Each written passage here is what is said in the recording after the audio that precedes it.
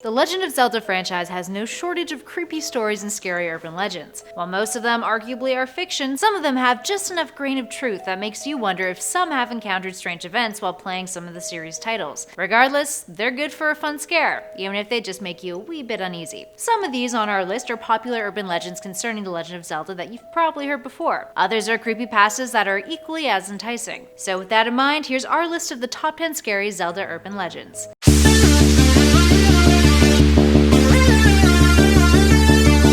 At number 10, The Hands. This story tells of an adult who decides to return to The Legend of Zelda Ocarina of Time, a game he loved as a child. He buys a new copy of it, digs up his N64 from his attic, and begins to play. He eventually gets to the Shadow Temple, remembering in dread that the boss is Dead Hand. Right before the boss battle, he recalls an old glitch that his friend told him to try. If you let all 4 of Dead Hand's hands grab you at once, something awesome will happen. His friend, who was named Tyler, had died since a few years back in a car crash, so he gives it a go. But nothing happens. He defeats Dead Hand, and when the chest appears, he opens it, finding the Lens of Truth. But the description for it is different. It reads, "Come back here 30 years in the past, I'll be waiting for you." Confused, the player thinks about it for a moment, coming to the conclusion that it must mean the old copy of the game from 30 years ago that he was playing. So, for the hell of it, he goes back up to the attic and finds his old Ocarina of Time cartridge, pops it in, and plays through the game. But this time, the only enemies that he sees are hands, and all the buildings in the game are in ruins. The music from the Shadow Temple plays. He eventually gets back to the temple, Dead Hand is there, but this time underneath its body are thousands of hands, chasing the author around out of the temple. After running for a while, the author turns around and decides to face Dead Hand head on. But this doesn't go as planned.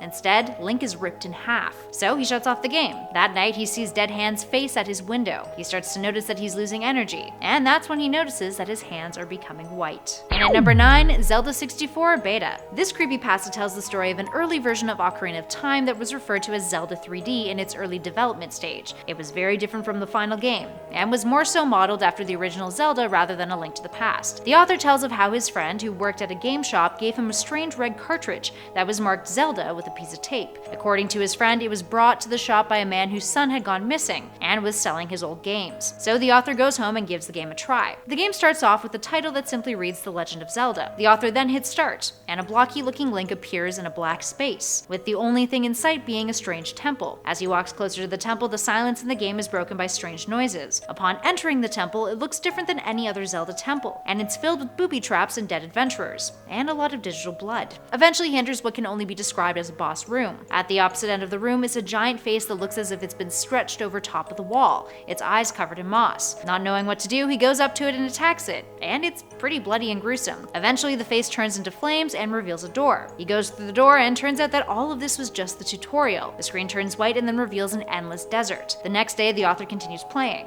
and playing, and playing. He roams the desert for hours. He finds ruins with indecipherable words written on them, and every time he completes a dungeon, the screen flashes white and he reappears somewhere in the desert again. The creepypasta ends with him telling his readers that as he continues to play, he knows that the game knows he's playing, and he just can't stop. Up next, number 8, Happiness for Sale. Happiness for Sale tells the tale of a strange man who comes into the author's town, who looks like he's in his 30s, has thinning red hair, tan skin, a very thin frame, is quite small, and is hunched over, carrying a heavy load of items on his back. The author, seated in the town square, notices that nearby children freeze and watch the man as he passes, utterly captivated. The man then pauses him and he freezes too, not knowing why, but eventually watches the man walk away. As the man turns away, he notices that the man has masks attached to the parcels on his back. The next day at the town square again, the author notices a new shop is opened, called Happy Mask Shop. He goes inside and there are people in there, but none of them are talking, just staring at the Happy Mask Man. The man nods his head and suddenly everyone leaves the shop, leaving the author alone with the Happy Mask Man. Then a boy walks into the shop and he and the boy stare at each other. The Happy Mask Man then grabs the boy by the throat.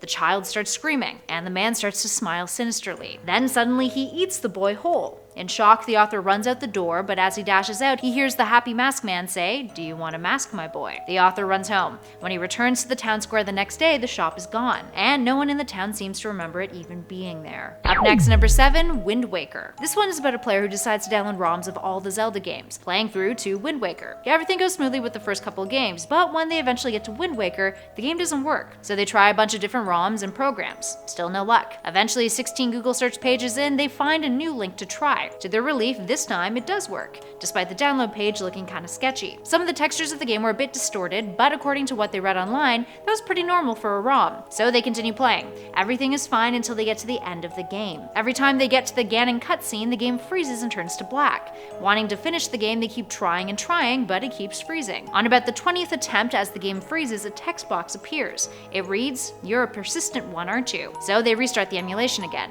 Everything on the screen is red. An image of Link hanging appears briefly on the screen. So they close the emulation, all freaked out. Eventually, they go back to the page that they downloaded it from just to see if it's some kind of joke. But the page that it came from has disappeared too. They can't find it. So they load up the emulation again. This time, their save file reads, "Try again." Despite being creeped out, they open the save file. This time, the cutscene plays through, but in the battle, Link is trying to fire an arrow with an invisible bow.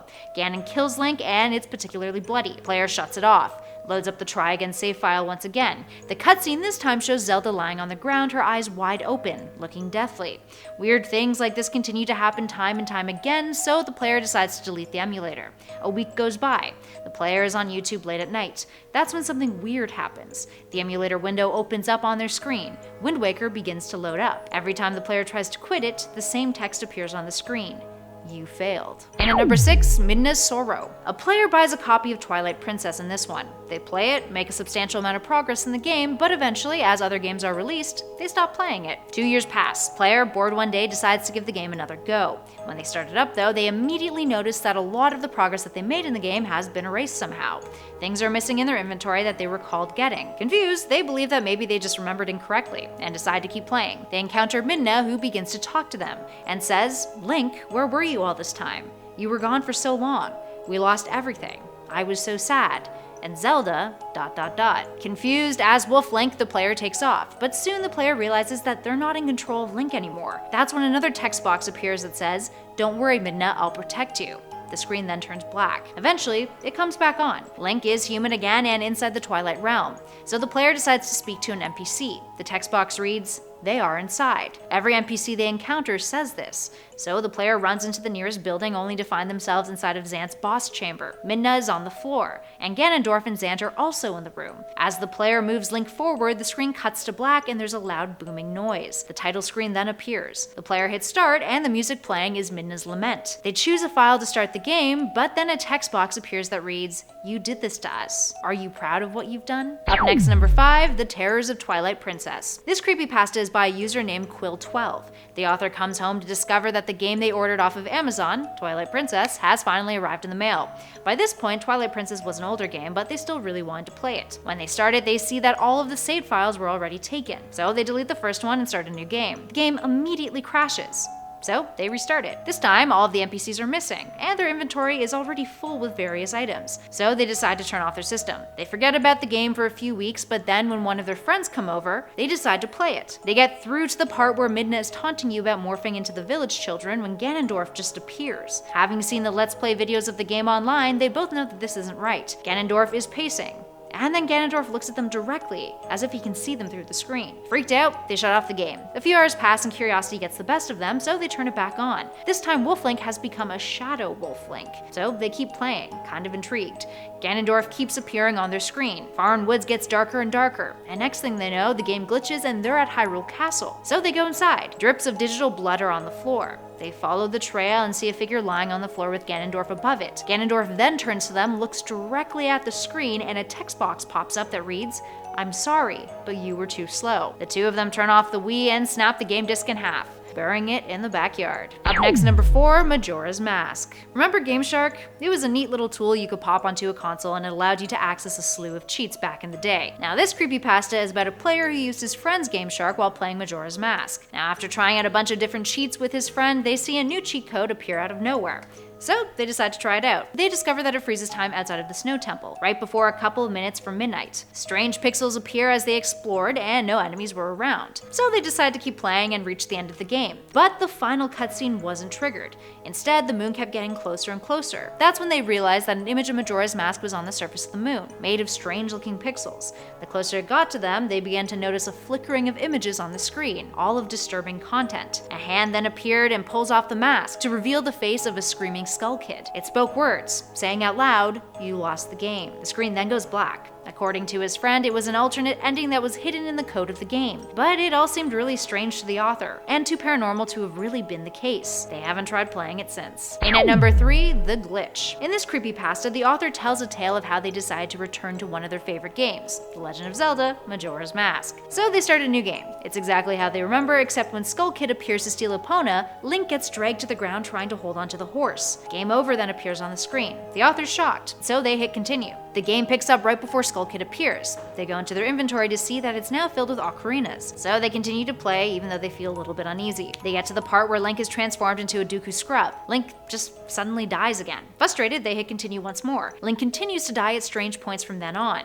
when meeting the Happy Mask salesman, when exploring Clocktown, etc. Link would die whenever a text box appeared essentially. Eventually the player reaches the Great Fairy. Her text box reads a series of zeros and scrambled words, and is totally glitching. Link then dies again, so the player hits continue. But this time, that scene happens again and again, with Link endlessly dying. The author claims to have never found out why, and that their N64 and all of the other games worked perfectly afterwards, but every time they played Majora's Mask, the same thing would happen again and again. Moving on to number 2, Zelda EXE. Zelda EXE comes from a DeviantArt creepypasta, written by a user named Sandvich33 who calls himself Mikey in the story. Mikey begins his story by telling us about his cousin Thomas, who played a copy of The Legend of Zelda obsessively. One day he disappeared, leaving his NES on, gone without a trace. Years later, the family had come to terms with the belief that Thomas was likely dead. Years after that, Mikey decides to take a look at the copy of The Legend of Zelda that Thomas played. The game and system doesn't work, so Mikey calls up one of his pals who knows how to extract files from cartridges. The file they extract is titled Zelda EXE. So Mikey loads it up with an emulator on his computer. As he played the game, he noticed it would freeze and slow down often,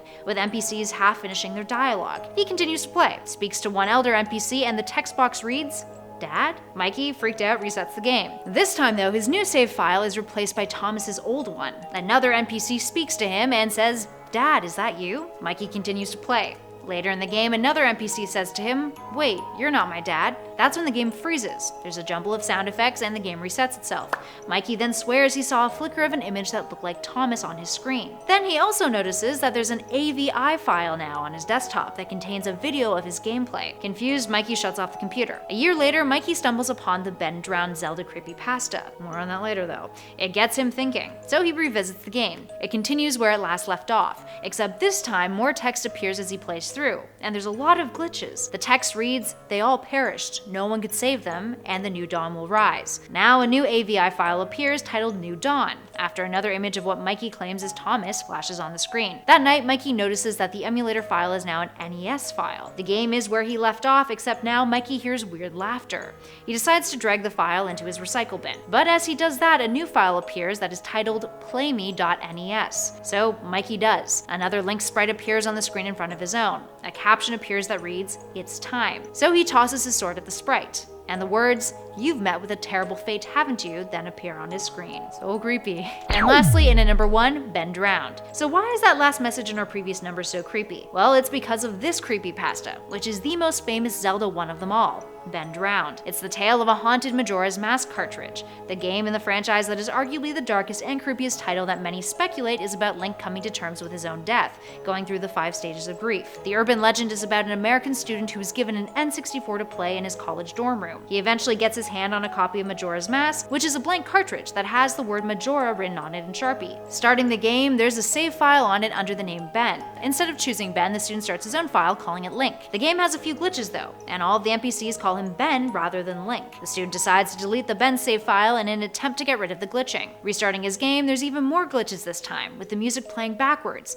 and Link repeatedly catching fire or drowning. The NPCs also keep talking about Ben and that Ben drowned. The message, "You've met with a terrible fate, haven't you?" keeps appearing on his screen. So the student decides to post about his progress with the game, keeping track of what's happening, posting videos of his gameplay. In his blog, he writes that he begins to see Ben in his sleep. Now there's different versions of how the story ends, depending on the source that you're reading it from. Some say that the student destroyed the cartridge, but the creepiest one tells of him mysteriously disappearing, with his roommate discovering all the video files and his blog, responding to everyone online who was questioning where the student had gone and why he had stopped posting. According to the roommate, he and all of his things just disappeared one day, out of the blue, and he hasn't heard from him since. Alright, there we have it, friends. Which of these do you find the scariest? And which ones do you believe in the most? Are there other Zelda urban legends, myths, or creepypastas that you guys think we should know about? Give us a shout in those comments below and let us know. If you dug this video, spread the love and hit that like button. And be sure to subscribe to Top 10 Gaming for all of your gaming needs, from lists to news to highlights and more. In the meantime, thanks for watching everybody. I'll catch you all in the next video.